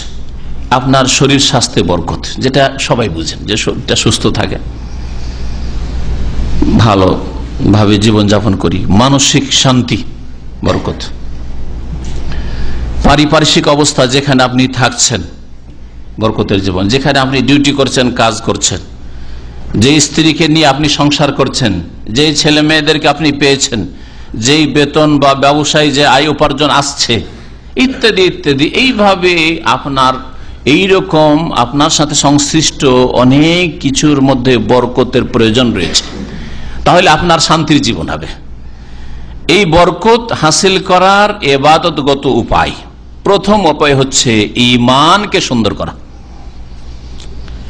ঈমান শুধু খানদানি ঈমান নয়, যে বংশগতভাবে আমি মুসলিম, আমি মুমিন, বাস না। ঈমানকে সুন্দর করবেন, যে ঈমানের মধ্যে রয়েছে সহি আকীদা গ্রহণ করবেন আপনি, ভ্রান্ত আকীদা, বাতিল আকীদাকে বর্জন করবেন, শিরক মুক্ত হবেন, বিদাত মুক্ত হবেন, তৌহিদকে জানবেন এবং তৌহিদের বাস্তবায়ন করবেন অন্তরে, কথায়, কাজে, যাতে করে আল্লাহ পাকের একত্বের বাস্তবায়ন হয়। আল্লাহ পাকের প্রতি ঈমান, এটা হচ্ছে ঈমানের একটা অংশ। তারপরে আল্লাহ পাকের মালায়েকা ফেরেশতাদের প্রতি ঈমান। ফেরেশতাদের ক্যামেরা সবসময় লাগানো আছে, এই চেতনা সবসময় জাগিয়ে রাখা, এই কথা সবসময় মনে স্মরণ রাখা যে আমার তো ক্যামেরা এখানে লাগানো আছে। আমাদের হলগুলিতে বাইরে ক্যামেরা লাগানো আছে, ওখান দিয়ে চলাফেরা একরকম ভাবে করে, আর অফিসের মধ্যে এখানে বা এতে আপনার হলে ক্যামেরা নেই, এখানে আলাদা হবে, তাই না? এই পার্থক্য কেন? কারণ ওই ক্যামেরাতে দেখতে পাচ্ছে, কিন্তু ক্যামেরাওয়ালা, তাই না? মানুষের ক্যামেরা সম্পর্কে যদি এত সজাগ আপনি হন, আজকাল যারা গাড়ি চালাচ্ছেন এখানে, তারা বলেন যেই সিগন্যালে ক্যামেরা লাগানো আছে, আজকাল সাহেরের ক্যামেরা লাগানো আছে, দেখেন কত সজাগ। যে এলাকায় ক্যামেরা লাগানো আছে, স্পিড কমে গেল আপনার, কত ভদ্র মাশাআল্লাহ ড্রাইভার, আপনি কত ভালো মানুষ, ফেরেশতা চরিত্রের মানুষ। আর যখন দেখলেন এই লম্বা সফরে ফিরছিলাম আমাদের ভাইদের সাথে, তো বলছে যে একটা কায়দা কানুন জেনেলেন, সেটা হচ্ছে রিয়াজ থেকে বেরিয়ে 100 কিলোমিটার, আর এইদিকে দামাম থেকে 100 কিলোমিটার, সব সাবধান, আর তার মাঝখানে ফ্রি, যত পারো। ধার্মিক নামাজি মানুষ, কোরআন হাদিস বোঝা মানুষ 160, 70, 80 চালাবেন। আপনি তো আত্মহত্যা করবেন যদি এইরকম অবস্থায় দুর্ঘটনা ঘটে। তারপরে আল্লাহর নাফরমানি করলেন, আপনি শাসকের নাফরমানি করলেন। এতগুলি রোগ আপনার মধ্যে রয়েছে, কোথায় সংশোধনের জীবন আপনার? মালায়েকাকে বিশ্বাস করবেন, ঈমান। ঈমান আপনার জীবনে যত মজবুত হবে তত বরকত নেমে আসবে। আরো যেসব ঈমান রয়েছে, পরকালের প্রতি ঈমান, হ্যাঁ, আল্লাহ পাকের কিতাব কোরআনে কারীমের বিধানের প্রতি ঈমান, আল্লাহ পাক রব্বুল আলামিনের রাসূলের প্রতি ঈমান ইত্যাদিতে, যেসব ভালো মন্দ তকদিরের প্রতি ঈমান, কষ্ট হলো জেনে নেবেন, অপ্রীতিকর কিছু ঘটলো, মনের আশা পূরণ হলো না, আলহামদুলিল্লাহ আলা কুল্লি হাল, নিচের দিকে দেখবো উপর দিকে দেখবো না, ভালো পেয়েছি আলহামদুলিল্লাহ, বেটার চান্স পেয়েছি, অহংকার আসবে না অন্তরে, আল্লাহ পাকের শুকরিয়া আদায় করব, এইরকম জীবনে বরকত নেমে আসবে। ঈমানকে সুন্দর করে, এক কথায় খুব সংক্ষেপে। 2 নম্বরে, আর এই দুটো বিষয়ের দলিল একটি আয়াতে রয়েছে, দুটোকে একসাথে বয়ান করছি। 2 নম্বরে বরকত অর্জনের জন্য উপায় হচ্ছে তাকওয়া হাসিল করা, আল্লাহ ভীরুতা, পাপ মুক্ত জীবন যাপন। কয়েক ভাষা দিয়ে বলছি, আল্লাহকে ভয় করবেন, গুনাহমুক্ত জীবন যাপন করবেন, নেকির কাজে বেশি বেশি অংশ নেবেন, আর মন্দ কাজ থেকে যত দূরে পারেন থাকার চেষ্টা করবেন। এই তাকওয়া, আল্লাহ ভীরুতা মানে আপনি মানুষের সামনে হইলেও এইভাবে আল্লাহকে ভয় করেন, নির্জনেও এরকম আল্লাহকে ভয় করেন। এমন না যে মানুষের সামনে তো খুব ভালো মানুষ দেখা যায়, আর নির্জন গেলে আপনার বিরাট ইতিহাস আছে, গুপ্ত ইতিহাস আছে। রাতের অন্ধকারে সবাই যখন ঘুমিয়ে যায় অথবা রুমে আপনি যান, তখন ইন্টারনেট খুলে কোন কোন জগতে যে আপনি বিচরণ করেন আল্লাহই ভালো জানেন, আল্লাহই ভালো জানেন। ভালো ভালো মানুষের মধ্যে এই রোগ রয়েছে, যারা নিজেদেরকে ভালো মানুষ অথবা ভালো রূপ চেহারা, নামাজ ইত্যাদি আছে, তাদের অনেকে এইরকম এই ইন্টারনেটের জগতে অথবা ফিল্মের জগতে গিয়ে লুকিয়ে অনেক কিছুই করছে। তাকওয়া কোথায়? আল্লাহকে কোথায় ভয় করলেন? মানুষের ভয় কিছু করেন আপনি, সামাজিকতা আছে। আর আজকাল মুসলিম সমাজে অধিকাংশ মানুষ পাপ থেকে বেঁচে থাকে সামাজিকতার কারণে। সমাজে কি বলবে? লোকের কাছে কলঙ্ক হয়ে যাবে, লোকে বলবে মদখোর সারাবি, লোকে বলবে যে লুচ্চা ছেলেটা, লোকে বলবে চরিত্রহীন। শুধু এই জন্য গোনা থেকে অনেকে বেঁচে আছে। আল্লাহর ভয়ে গোনা থেকে বেঁচে থাকার লোক হাজারে, জানি না কি যে হবে, শতকরা তো কিছু পাওয়া যাবে না। এ হচ্ছে মুসলিম বিশ্বের অবস্থা।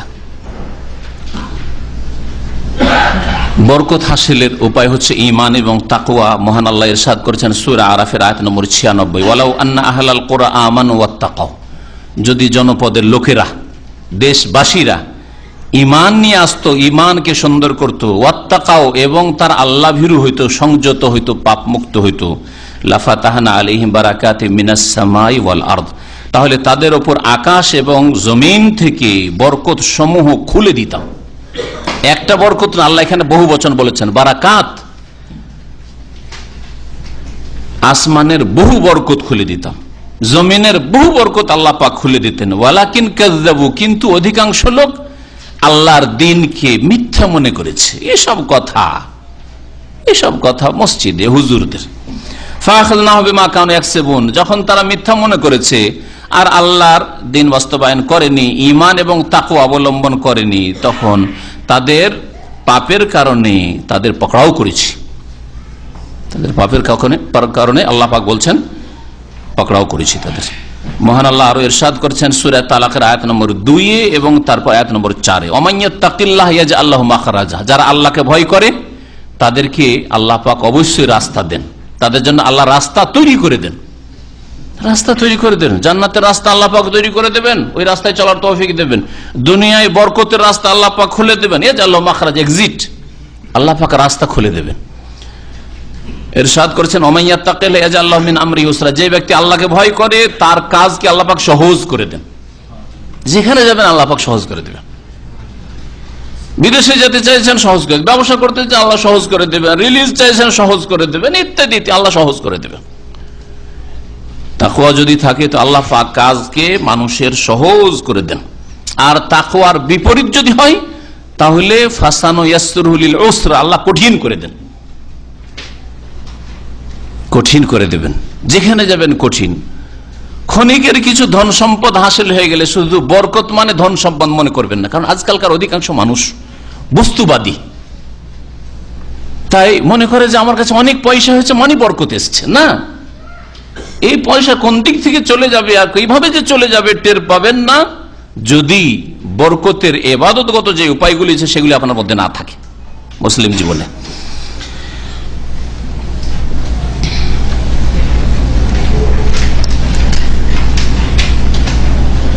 বরকত আনার জন্য ঈমান এবং তাকওয়া লাগবে। ঈমান এবং তাকওয়ার জীবনের একটা উদাহরণ পেশ করছি। ইমাম ইবনে তাইমিয়া রাহমাতুল্লাহ আলাইহির তার খাস শাগির্দ ছাত্র ইবনুল কাইয়িম রাহমাতুল্লাহ আলাইহি আল ওয়াবিলুস সাইয়্যিব প্রসিদ্ধ তার কিতাব, সেই কিতাবে লিখেছেন যে ইবনে তাইমিয়া রাহমাতুল্লাহ আলাইহির কাছে একবার ফজর পর গেলাম, ফজর পরে আমার ওস্তাদের কাছে গেলাম। সুম্মা জালাসা ইয়াযকুরুল্লাহ তাআলা ইলা কারিবিন মিন ইনতিসাফিন নাহার, ফজর পরে বসে দুপুর কাছাকাছি হতে যাচ্ছে ওই সময় পর্যন্ত ওই নামাজের সালাতের মজলিসেই তিনি বসে আল্লাহ পাকের জিকির আজকার করছেন। এই ছিল আমাদের সালাফে সালেহিন, যারা শিরক বিদাতের রাস্তা থেকে সুফিবাদ থেকে অনেক দূরে। আর আজকে তাওহীদ সুন্নতের কথা বলি, আর আমাদের জীবন কোন দিকে চিন্তা করুন তো দেখি। তাহাজ্জুদে অংশ আছে, রাত্রে 2 রাকাত নামাজ পড়েন, উঠে এশা আর ফজরের মাঝে জিরো। সকালবেলা জিকির, সন্ধ্যাবেলা জিকির আজকারগুলি পড়েন সুন্নতি, জিরো। মাঝে মাঝে পড়ি, মাঝে মাঝে পড়ি না। ঘুমাবার আগের দোয়া জিকিরগুলি পড়েন, মাঝে মাঝে পড়ি, মাঝে মাঝে ভুলে যায়। হ্যাঁ, বাথরুমে গেলে, বাথরুম থেকে বেরোলে, গাড়িতে চললে, গাড়ি থেকে নামলে, কোন জায়গায় নামলে, ইত্যাদি ইত্যাদি পড়ে বলছে ভুলে যায়। আর বলে সহি আকীদা, সহি আকীদা। নবী করিম সাল্লাল্লাহু আলাইহি ওয়াসাল্লামের পরে এইরকম উলামায়ে হক যারা, তার আদর্শ বলছেন সকাল ফজর থেকে শুরু করে দেখছি তিনি বসে আছেন আল্লাহ পাকের জিকির আজকার করছেন, সুন্নতি জিকির আজকার। আর তারপরে বললেন উঠে, হাযিহি গুদওয়াতি, এই হচ্ছে আমার আহার, এ হচ্ছে আমার খাদ্য আহার। ওয়ালাউলাম আতাগাদ্দা সাকাতাত কুওয়াতি, যদি আমি এই আহার ভক্ষণ না করি, মানে আল্লাহ পাকের জিকির আজকার এইভাবে না করি, আল্লাহকে স্মরণ না করি, তাহলে আমার শক্তি ক্ষমতা হ্রাস পেয়ে যাবে, শেষ হয়ে যাবে। তারপরে তিনি বলছেন আরেক জায়গায়, ইবনুল কাইয়িম রাহমাতুল্লাহ নকল করছেন যে লা আতরুকু যিকরা ইল্লা বিনিয়াতি ইজমামি নাফসি ওয়া ইরাহাতিহা লিআস্তাইদা বিতিলকা রাহা লিযিকরিন আখার। কখনো যদি আল্লাহ পাকের স্মরণ থেকে আমি সরে গেছি, আল্লাহ পাকের জিকির আজকার এখন করি না, অন্য কিছু করছি, অন্য কাজে ব্যস্ত আছি, তো এটার উদ্দেশ্য আমার হয় যে এই সময় একটু আমি কি হয়ে যাই, একটু শ্বাস নিয়ে নিই, একটু বিরতি নিয়ে নিই, একটু বিরতি বিশ্রামের পরে আর তারপরে আবার আল্লাহ পাক রব্বুল আলামিনের জিকির আজকার শুরু করব। আল্লাহ পাকের জিকিরের কথাটি অত্যন্ত ব্যাপক। কোরআনে তাফসীর পড়ছেন আল্লাহ পাকের জিকির, রাসূলুল্লাহ সাল্লাল্লাহু আলাইহি ওয়াসাল্লাম হাদিস চর্চা করেছেন আল্লাহ পাকের জিকির, কোরআন হাদিসের আলোচনা করেছেন আল্লাহ পাকের জিকির। আল্লাহ পাকের জিকির মানে শুধু সুবহান আলহামদুলিল্লাহ না, কারণ সুবহান আলহামদুলিল্লাহ লা ইলাহা ইল্লাল্লাহ আর আল্লাহু আকবার ইত্যাদি যে জিকির আজকার রয়েছে, এগুলির ফায়দা আপনার মধ্যেই সীমিত। ভালো করে কথাটি শুনেন।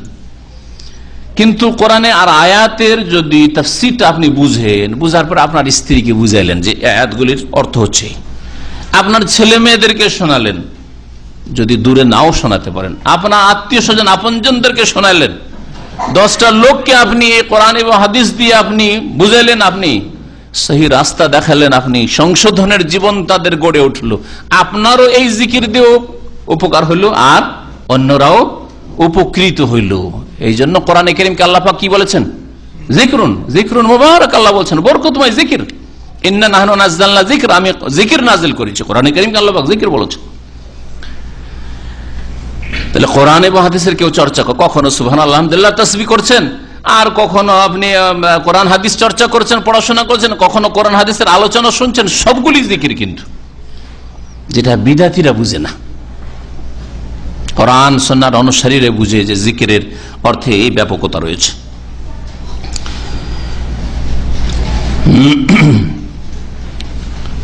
3 নম্বর উপায় হচ্ছে বরকত নিয়ে আসার জীবনে বেশি বেশি আল্লাহর কাছে তওবা ইস্তেগফার করা। আমাদের প্রতিদিন ভুল হতে আছে, কি এমন আছে যে ভুল হয় না, ইচ্ছা করে হোক আর অনিচ্ছাকৃত ভুল হোক, বড় ভুল হোক আর ছোট ভুল হোক, কথার ভুল হোক আর কাজের ভুল হোক, হ্যাঁ, ইবাদত বন্দেগীতে ভুল ত্রুটি হোক অথবা আখলাক চরিত্রে ভুল হোক, ও রকমের ভুল ভ্রান্তি হচ্ছে। সুতরাং বেশি বেশি আল্লাহর কাছে তওবা ইস্তেগফার করতে হবে। ওয়াতুবু ইলাল্লাহি জামিআন আইয়ুহাল মুমিনুনা লাআল্লাকুম তুফলিহুন। আল্লাহ পাক ইরশাদ করছেন যে হে মুমিনরা, তোমরা সকলে আল্লাহ পাকের কাছে তওবা করো যাতে করে তোমরা সফল কাম হতে পারো। লাআল্লাকুম তুফলিহুন, সফল কাম হতে পারো।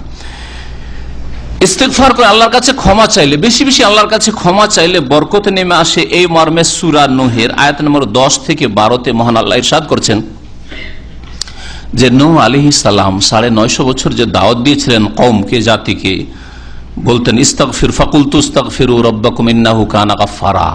দেখো আল্লাহর কাছে, তোমাদের রবের কাছে ক্ষমা প্রার্থনা করো, মাফ চাও, তিনি মার্জনাকারী। ইউরসিলিস সামা আলাইকুম মিদরারা, মুষলধার বৃষ্টি তোমাদের উপর নেমে আসবে। তওবা ইস্তিগফার করলে কি হবে? মুষলধার বৃষ্টি নেমে আসবে। ওয়ায়ুমদিদকুম বিআমওয়ালিন ওয়া বানিন, আল্লাহ পাক তোমাদের সাহায্য করবেন ধন সম্পদ দিয়ে আর জন দিয়ে, সন্তান সন্ততি দিয়ে। বরকত, আপনার বাড়িতে ছেলে মেয়ে ছিল না, ছেলে মেয়ে হইল, ধন সম্পদ ছিল, ধন সম্পদ আসলো, বরকত। ইস্তিগফার করলে আল্লাহর কাছে মাপ চাইলে আসবে। ওয়াজাল লাকুম জান্নাত, আর তোমাদেরকে আল্লাহ পাক বাগান দেবেন। আমাদের কত মানুষ যে বাগান নেই, বাড়ি থাকলে বাগান নেই।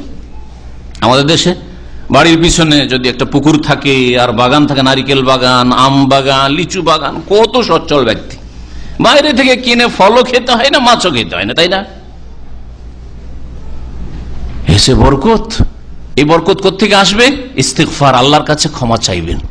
আপনি অভ্যাস করে নেন যে ডেইলি আমি 100 বার করে কমপক্ষে ইস্তিগফার করব, আল্লাহর কাছে আস্তাগফিরুল্লাহ ওয়া আতুবু ইলাইহি পড়বো, অথবা আস্তাগফিরুল্লাহ আল্লাযী লা ইলাহা ইল্লা হুয়াল হাইয়ুল কাইয়ুম ওয়া আতুবু ইলাইহি পড়বো।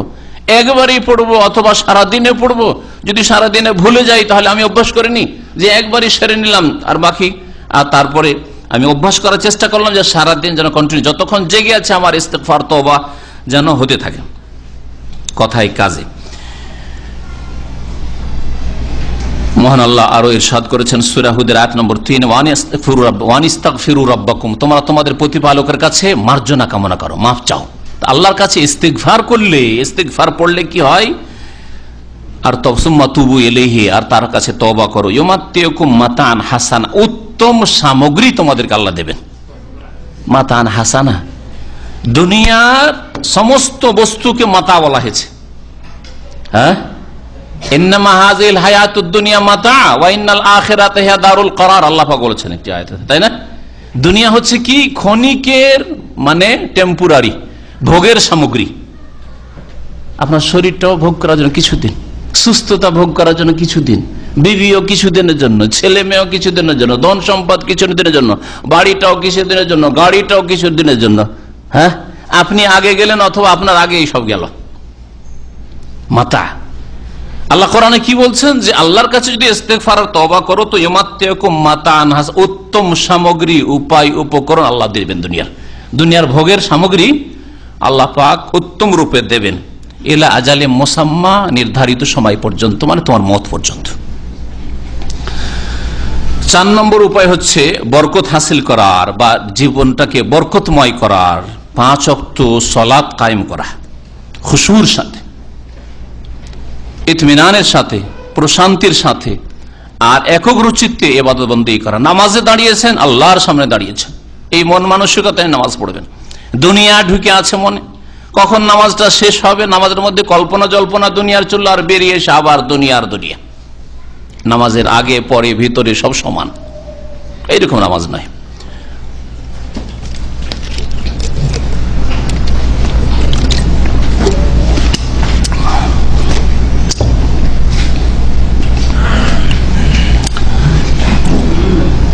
এই মর্মে একটি আয়াত পেশ করি যে বরকত হাসিলের উপায় হচ্ছে 5 ওয়াক্ত নামাজ পড়া।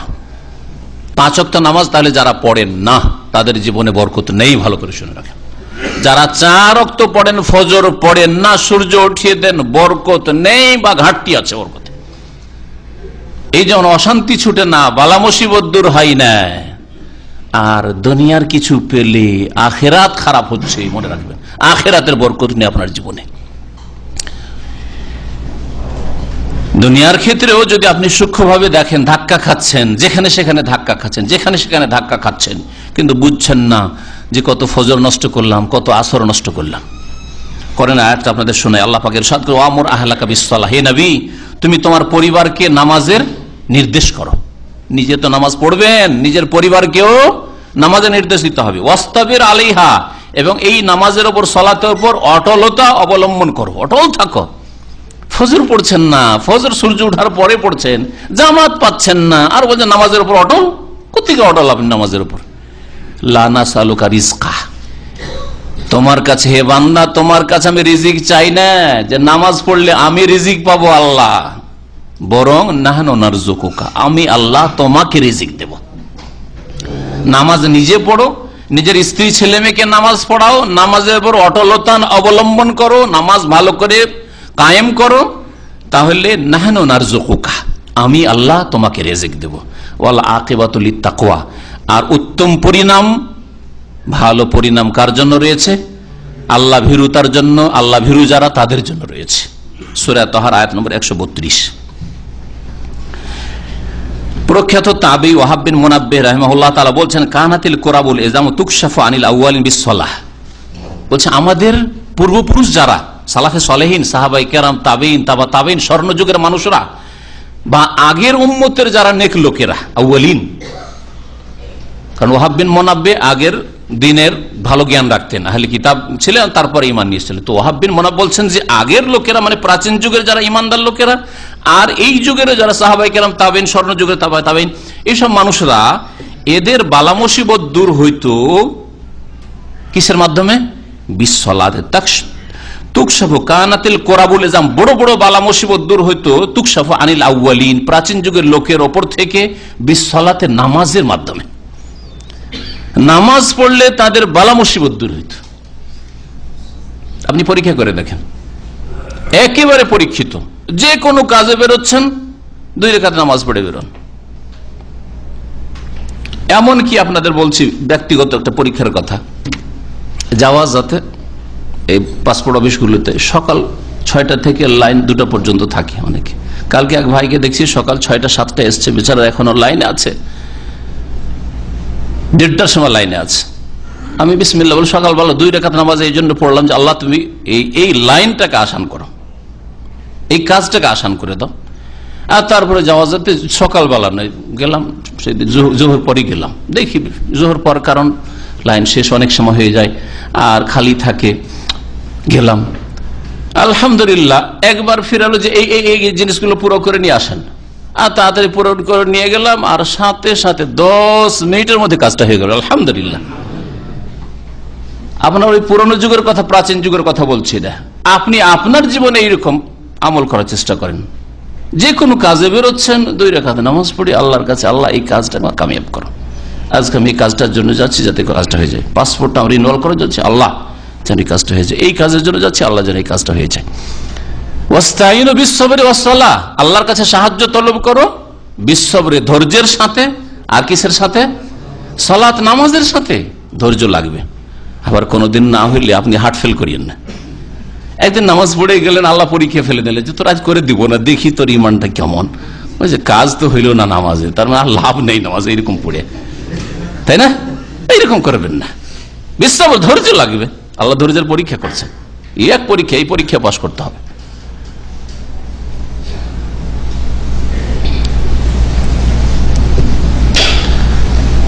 নামাজ না পড়লে বরকত চলে যায়, এই মর্মে একটি হাদিস শুনে আপনাদের।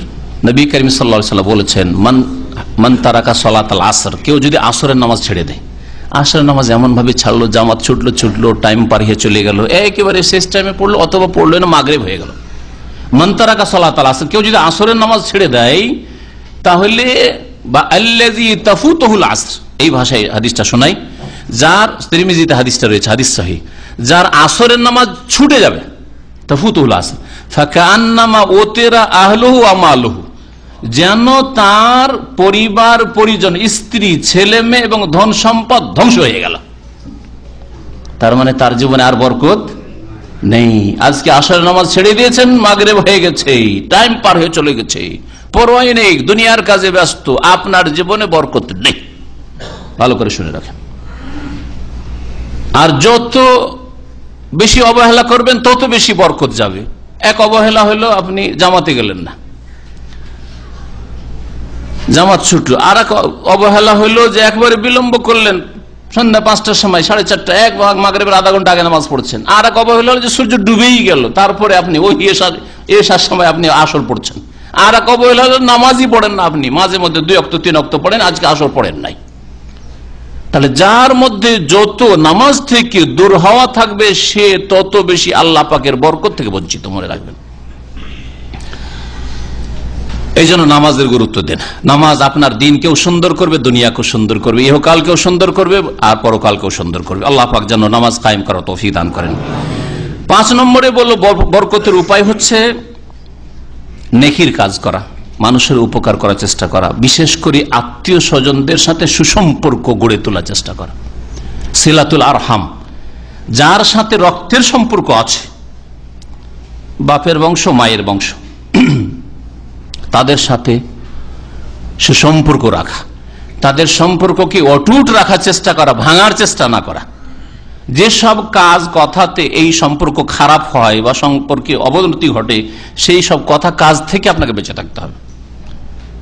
চুগলখড়ি করা, উপকার না করা, ঝগড়া বিবাদ করা, কলহ করা, তর্ক বিতর্ক করা, বিভিন্ন এইরকম কাজ কথা রয়েছে যার মাধ্যমে কি হয়ে যায়, বংশের সম্পর্ক খারাপ হয়ে যায়।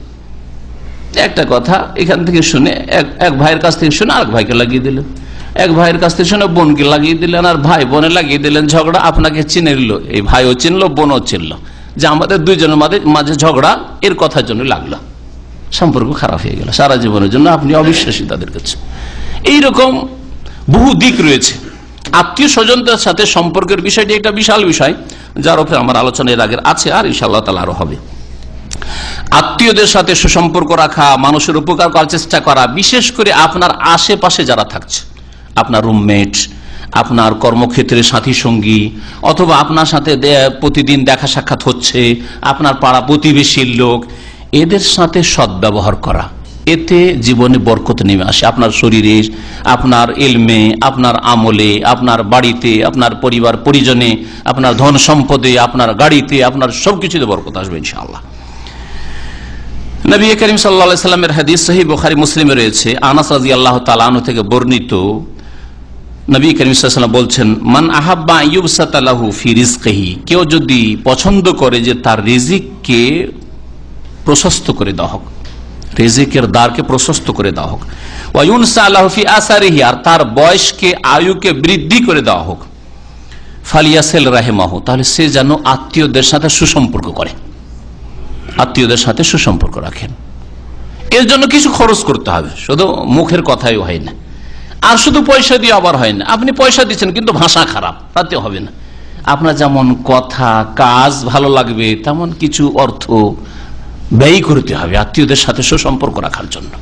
ইহসান করতে হবে ধন সম্পদ দিয়ে, সময় দিয়ে। অনেক সময় আপনার সময়ের প্রয়োজন, আপনার আত্মীয় সময় দিচ্ছেন না, আপনি ছেলে মেয়েকে সময় দিচ্ছেন না, আপনি স্ত্রীকে সময় দিচ্ছেন না, বাপ মাকে সময় দিচ্ছেন না, আপনি ভাই বোনদেরকে সময় দিচ্ছেন না, মাসকে মাস চলে যাচ্ছে, কোনো যোগাযোগ রাখছেন না। এইরকম যাতে করে না হয়, সময় দেবেন। দেশে গিয়ে আপনি শহরে, পয়সা আছে, শহরে শুধু বাস করেন, আত্মীয় স্বজনকে সময় দেবেন, সময় দিতে হবে, সময় দিতে হবে তাদেরকে, দেখা সাক্ষাৎ করতে হবে।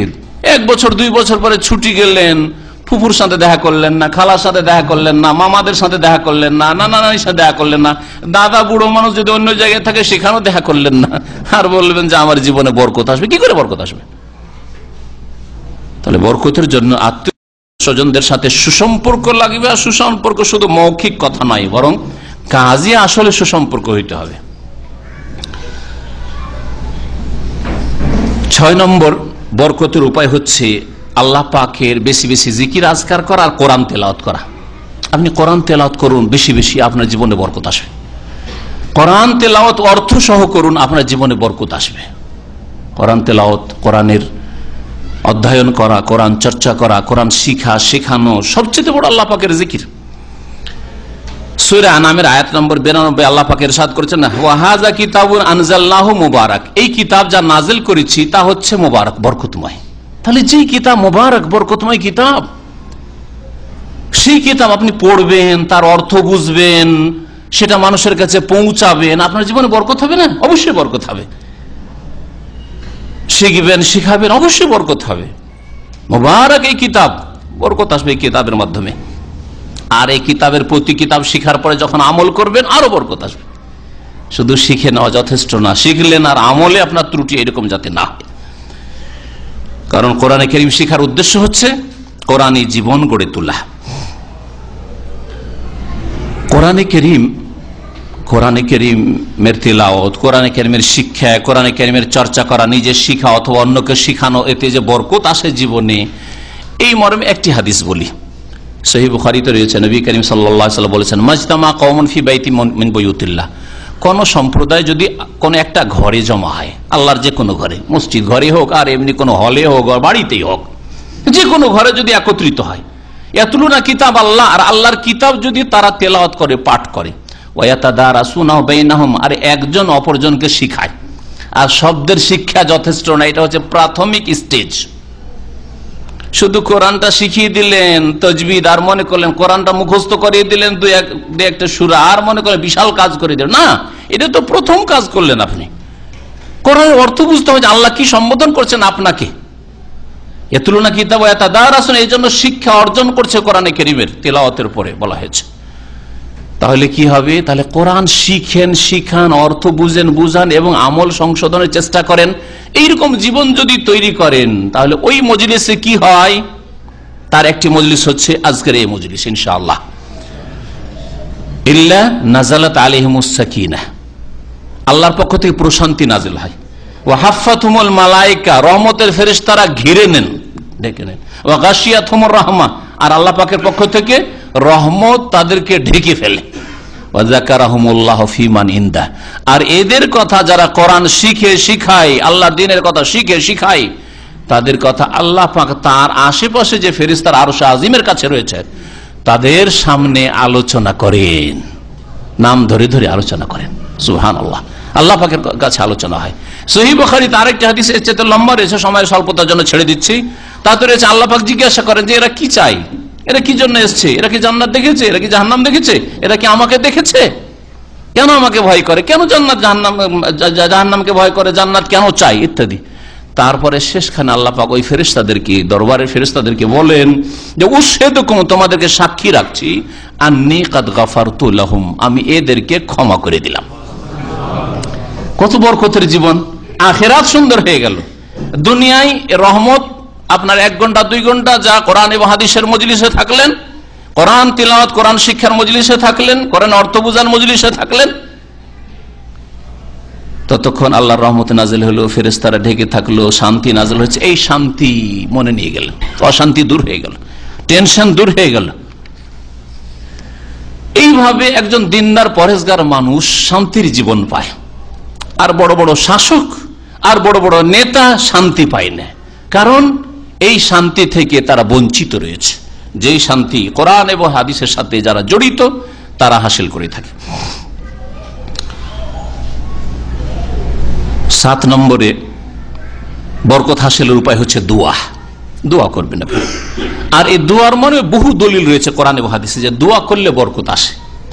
দোয়াবিহীন বরকত আসে না। দোয়া মানে আল্লাহকে ডাকতে হয়, আল্লাহর কাছে চাইতে হয়, আল্লাহর কাছে যাচ্ছা করতে হয়, কামনা করতে হয়, অন্তর থেকে চাইবেন, কথায়ও চাইবেন, কাজেও চাইবেন যে আল্লাহ তোর কাছে নেব, আল্লাহ তোমার কাছে পাবো না তো পাবো কোথায়, আমার তো কোনো দরবার নেই আর যে কোথাও যাব, আমি তো দরগাহে বিশ্বাসী নয়, দুর্গাতেও বিশ্বাসী নয়, আমাকে তো তোমার ছাড়া কেউ দিতে পারে না, তোমার কোনো শরীক নেই, লা শারীকা লাক, তোমার কোনো শরীক নেই, সুতরাং তোমার কাছ থেকে নেব।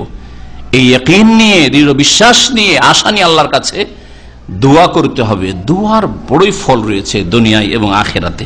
দুনিয়া চান, দিন চান, ইহকাল চান, পরকাল চান, আল্লাহ পাক রব্বুল আলামিনের কাছে বেশি বেশি চাইবেন, আল্লাহ পাক দেবেন।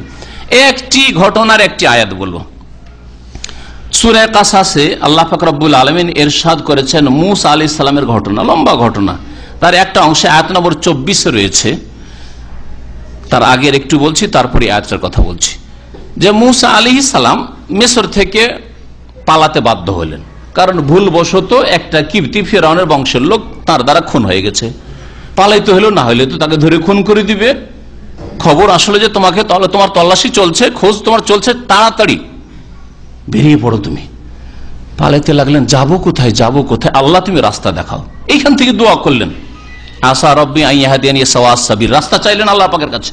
আর তারপরে তাফসীর কারা লিখে 7 দিন 7 রাত পায়ে হেঁটে কত ক্লান্ত হয়েছেন মুসা আলাইহিস সালাম। চিন্তা করুন আপনি, 7 দিন খাওয়া নেই, কোনো পরিচয় নেই, কিচ্ছু নেই। রাস্তায় কোথায় পৌঁছে? মাদিয়ানে পৌঁছিলেন। মিশর থেকে বেরিয়ে একবারে মাদিয়ান পৌঁছে গেলেন। মাদিয়ানে এসে শোয়াইব আলাইহিস সালাম নবী ছিলেন, অথবা শোয়াইব নামক অন্য কোন ব্যক্তি ছিলেন, আর অন্য কোন ব্যক্তি শোয়াইব নামক ছিলেন, এটাই হচ্ছে বেশি বলিষ্ঠ কথা, আল্লাহ বেশি ভালো জানেন।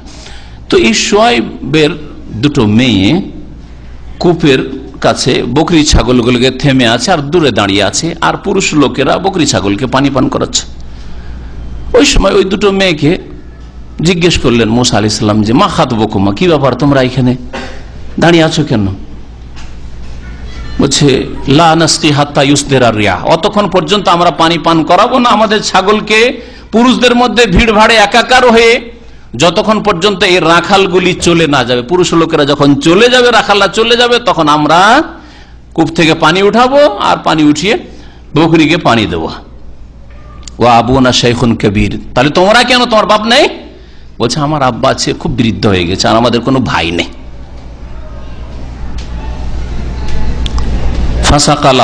মুসা আলাইহিস সালাম কি করলেন? তাড়াতাড়ি করে পানি উঠিয়ে ওদের ছাগলগুলিকে পানি দিয়ে দিলেন, আর তারপরে ছায়ায় গিয়ে বসলেন, কিছুই বললেন না, আর ফ্রিতে পানি পান করিয়ে দিলেন। পরোপকারী হইতে হয় বলছিলাম, পরোপকারী হইলেও বরকত হয়। একটা কারণ পাওয়া গেল মুসা আলাইহিস সালামের জীবনে, যে উপকার করলেন। এই আশা নিয়ে নাই যাদের কাছে কিছু চাইবো পাবো, এরকম কোনো আশা কিন্তু ছিল না। উপকার করলেন, উপকার করেন নিঃস্বার্থে, খুলুসের সাথে উপকার করেন, উপকার করলেন। ছায়া গিয়ে বসে গেলেন। মেয়েরা তাড়াতাড়ি চলে গেল। বাপ জিজ্ঞাসা করলে এত তাড়াতাড়ি কি করে?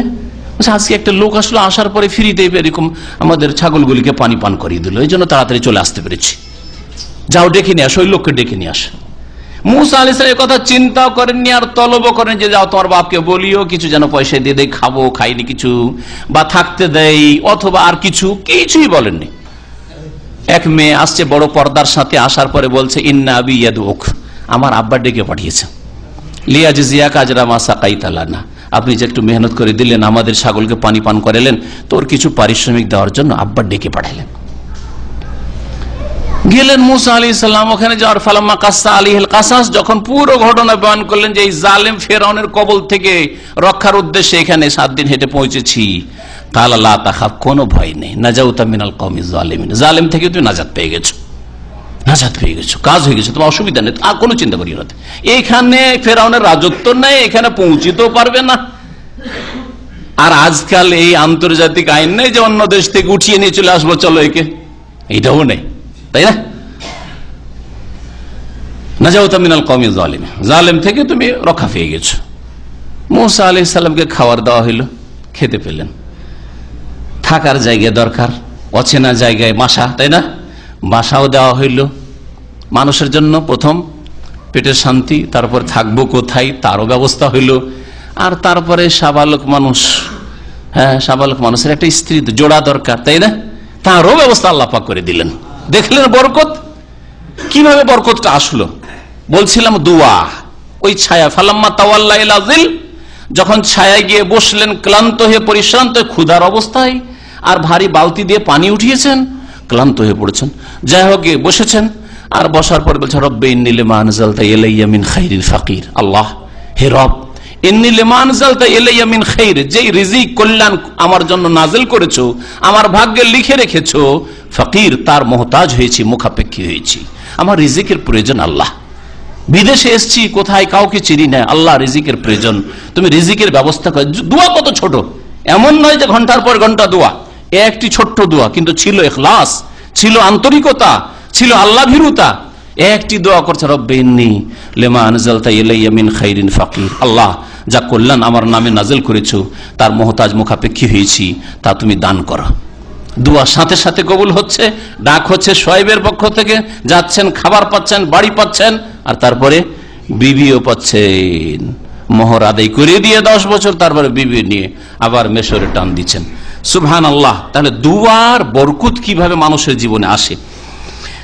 8 নম্বরে বলবো যে বরকতের উপায় হচ্ছে ব্যক্তি জীবনে, পারিবারিক জীবনে, সামাজিক জীবনে, রাষ্ট্রনীতিতে, অর্থনীতিতে, জীবনে প্রত্যেকটি ক্ষেত্রে যার যেখানে ক্ষমতা রয়েছে আল্লাহ পাকের নাজিলকৃত বিধানের বাস্তবায়ন করা। কোরআনী বিধান কায়েম করেন, বরকত নেমে আসবে। আপনার ব্যক্তিতে করেন, আপনার ব্যক্তিতে বরকত নেমে আসবে। আপনার বাড়িতে করেন, বাড়িতে বরকত নেমে আসবে। আপনার সমাজে আপনি আল্লাহর দিন প্রতিষ্ঠা করেন, মানে ইসলামী আইনের বাস্তবায়ন করেন। ইসলামী আইন মানে শুধু আইন কানুন না, নামাজটা প্রথম এখান থেকে শুরু করতে হবে। ফজরে যাওয়ার তৌফিক হয় না, বলছে পার্লামেন্ট দখল করব না। এই দিন কায়েম বলছি না, দিন কায়েম ব্যক্তি জীবন থেকে শুরু করতে হবে। ফজরের নামাজ জামাতে কায়েম করে তারপরে তখন অন্য অন্য ক্ষেত্রে পা রাখতে হবে। তখন পারিবারিক জীবন, আমার স্ত্রী যাতে নামাজি হয়, আমার ছেলে মেয়ে যাতে নামাজি হয়, আমার পরিবার পরিজন যাতে করে ভালো হয়, আমার সমাজ যেন মুসলিম সমাজ, ইসলামিক সমাজ হয়, আমার দেশ যেন ইসলামিক দেশ হয়, তারপরে এই চেষ্টা করতে হবে। বলছিলাম যে বরকতের উপায় হচ্ছে আপনি জীবনের এই সবগুলি স্তরে আল্লাহ পাকের দিনের বাস্তবায়ন করলে বরকত নেমে আসে। ব্যক্তি জীবনে করলেন, ব্যক্তি জীবনে বরকত নেমে আসে। পারিবারিক জীবনে করলেন, পরিবারে বরকত নেমে আসলো। ছেলে মেয়েরা মাশাআল্লাহ ইসলাম পালন করে, স্ত্রী ইসলাম পালন করে, বরকত নেমে এসছে বাড়িতে। সমাজে মাশাআল্লাহ গ্রামের লোক ইসলাম পালন করে, গ্রামে ইসলাম শান্তি নেমে এসছে, বরকত নেমে এসছে। দেশে ইসলামী আইনের বাস্তবায়ন হয়, ইসলামী দণ্ডবিধান হুদুদ তাজিরাত কায়েম হয়, মানব রচিত বিধানকে তালাক দিয়ে বিদায় করেছে, কাফেরদের বিধানকে কাফেরদের দেশে পাঠিয়ে দিচ্ছে, তখন আল্লাহ পাকের বরকত নাজিল হবে। আর কাফেরদের বিধানকে মুসলিম দেশে নিয়ে এসে বাস্তবায়ন করবে আর বরকতের আশা করবে, দারিদ্র মোচন করব, অভাব দূর করব, সবকে চাকরি দেব, বেকার সমস্যার সমাধান করব, আর নারীদেরকে কি করব, নারীদের ক্ষমতায়ন করব, এসব মিথ্যুকদের দল। মিথ্যা কথাই সব, মিথ্যা কথাই সব। মনে রাখবেন যে আল্লাহ পাকের দিন কায়েম করেন, জীবনের প্রত্যেকটি ক্ষেত্রে আল্লাহ পাক রব্বুল আলামিন বরকত দেবেন। এছাড়াও বরকতের বিভিন্ন উপায় রয়েছে, ইবাদতগত উপায়। আজকে এই 8টি উপায় আপনাদের সামনে আমি পেশ করলাম। এই যে শেষ বিষয়টি বললাম যে আপনি আল্লাহর দিন যদি কায়েম করেন, কোরআন এবং হাদিসের বিধান যদি কায়েম করেন, তাহলে বরকত নেমে আসবে আপনার জীবনে। এই মর্মে একটি আয়াত শোনাই, সূরা মায়েদার আয়াত নম্বর 66। ওয়ালাউ আন্নাহুম আকামুত তাওরাতা ওয়াল ইনজিলা ওয়া মা উনজিলা ইলাইহিম মির রাব্বিহিম। আল্লাহ পাক বলছেন তারা যদি তাওরাত কায়েম করত। ইহুদি নাসারাদের সম্পর্কে আল্লাহ বলছেন, মুসা আলাইহিস সালাম অনুসারী, ঈসা আলাইহিস সালাম অনুসারী, তাদেরকে বলছেন যে আর ইহুদি থাকিও না, আর নাসারা খ্রিস্টান থাকিও না। এখন তাওরাতের মৌলিক বিষয়গুলি রয়েছে, কায়েম করো। তাওহীদ, আখিরাত, পরকাল, এগুলি দ্বীন ইসলামে রয়েছে। 3টি বিষয়ের কথা আল্লাহ এই আয়াতে উল্লেখ করেছেন। বলে ইনজিল, ইনজিল যদি কায়েম করে, ইনজিলে যে অবিকৃত ইনজিলে আল্লাহ প্রদত্ত বিধান রয়েছে সেটা যদি কায়েম করত, বিকৃত বাইবেলে নয়। ওয়ামা উনজিলা ইলাইহিম মির রাব্বিহিম, আর তাদের রবের পক্ষ থেকে যা নাজিল করা হয়েছে, অর্থাৎ আল কোরআনুল কারীম। তাহলে তাওরাত, ইনজিল আর কোরআনে কারীমের বিধান যদি বাস্তবায়ন করে, তার মানে মুমিন মুসলিম হয়, যেই দ্বীন ইসলাম, যে আল কোরআন সারা বিশ্বের সমস্ত মানুষের জন্য এসেছে। তাহলে কোরআনী বিধান যদি বাস্তবায়ন করেন, আল্লাহ কি বলছেন, লা আকালু মিন ফাওকিহিম, তাহলে তারা উপর থেকেও খেতে পাবে, উপর থেকে খাবার পড়বে। আল্লাহ পাকের বলছেন উপর থেকে খেতে পাবে। ওমিন তাহতি আরজুলিহিম, আর নিচে থেকেও খেতে পাবে। উপর থেকেও নাজিল হবে, নিচে থেকে উঠবে, খেতে পাবে। আল্লাহ পাক রব্বুল আলামিন যেন আমাদেরকে নিজের জীবনে বরকত নিয়ে আসার তৌফিক দান করেন, বরকত নিয়ে আসার জন্য মেহনতি, পরিশ্রমী, ইবাদত গুজার হওয়ার যেন তৌফিক দান করেন, সৎকর্মশীল হওয়ার যেন তৌফিক দান করেন। আল্লাহ পাক রব্বুল আলামিন আমাদের যেন গুনাহ খাতা মাফ করে দেন, ভুল ত্রুটি মাফ করে দেন। অতীতে যা হয়েছে আল্লাহ পাক যেন আমাদের ক্ষমা করে দেন, এবং আগামী জীবনটা যেন সুন্দর করার তৌফিক দান করেন। যেমন গত 1 বছর শেষ হয়ে গেল, আবার নতুন বছর শুরু হইতে যাচ্ছে। আল্লাহ পাক এই নতুন বছরে আমাদেরকে যেন নেকির খাতা খোলার তৌফিক দান করেন, গুনার খাতা বন্ধ করার আল্লাহ পাক যেন তৌফিক দান করেন। আল্লাহ পাক রব্বুল আলামিনের কাছে দোয়া করি, আল্লাহ পাক যেন আমাদেরকে সুস্থতা দান করেন। যেসব ভাইরা অসুস্থ রয়েছেন আল্লাহ পাক তাদের শিফা যেন দান করেন। আল্লাহ পাক আমাদেরকে যেন সুস্থ রাখেন। আল্লাহ পাক রব্বুল যতদিন রাখবেন দিনের উপর যেন কায়েম রাখেন। আল্লাহ পাক আমাদের জীবনের প্রত্যেকটি ক্ষেত্রে যেন বরকত দান করেন। আল্লাহ পাক আমাদের পরিবার পরিজনের, ছেলে মেয়েতে, সবকিছুতে আল্লাহ পাক যেন বরকত দান করেন, ধন সম্পদে বরকত দান করেন, শরীর স্বাস্থ্যে আল্লাহ পাক যেন বরকত দান করেন। আল্লাহ পাক রব্বুল আমাদের আব্বা আম্মাকে যেন সুখী রাখেন। আল্লাহ পাক আমাদের আত্মীয় স্বজনদেরকে দিনের উপর কায়েম রাখেন, দুনিয়া এবং আখিরাত আল্লাহ পাক যেন তাদের সুন্দর করেন। আল্লাহ পাক রব্বুল আলামিনের কাছে দোয়া করি, আল্লাহ পাক রব্বুল মুসলিমদের বালা মুসিবত যেন দূর করে দেন। মুসলিম দেশ থেকে আল্লাহ পাক যেন বালা মুসিবত আল্লাহ পাক দূর করে দেন। মুসলিমদেরকে আল্লাহ পাকের দিনের দিকে পুরোপুরি ফিরে আসার যেন তৌফিক দান করেন।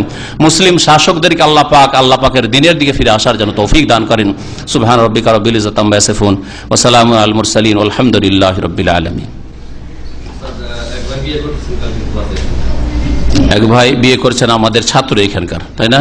দোয়া চেয়েছেন আল্লাহ পাক যেন বরকত দান, বারাকাল্লাহু লাহু ওয়া বারাকা আলাইহি ওয়া জামা বাইনাহুমা ফি খায়র। নবী করিম সাল্লাল্লাহু আলাইহি ওয়াসাল্লামের দোয়া, কেউ যদি বিয়ে করে বা এরকম, তো তাকে দোয়া দাও আল্লাহ যেন বরকত দান করে, তাতে তার পরিবারে বরকত দান করে এবং তাদেরকে আল্লাহ পাক দাম্পত্য জীবন যেন সুখী করেন। আল্লাহ পাক এরকমই সকল ভাইকে যেন সুখী করেন, সকল বোনদেরকে যেন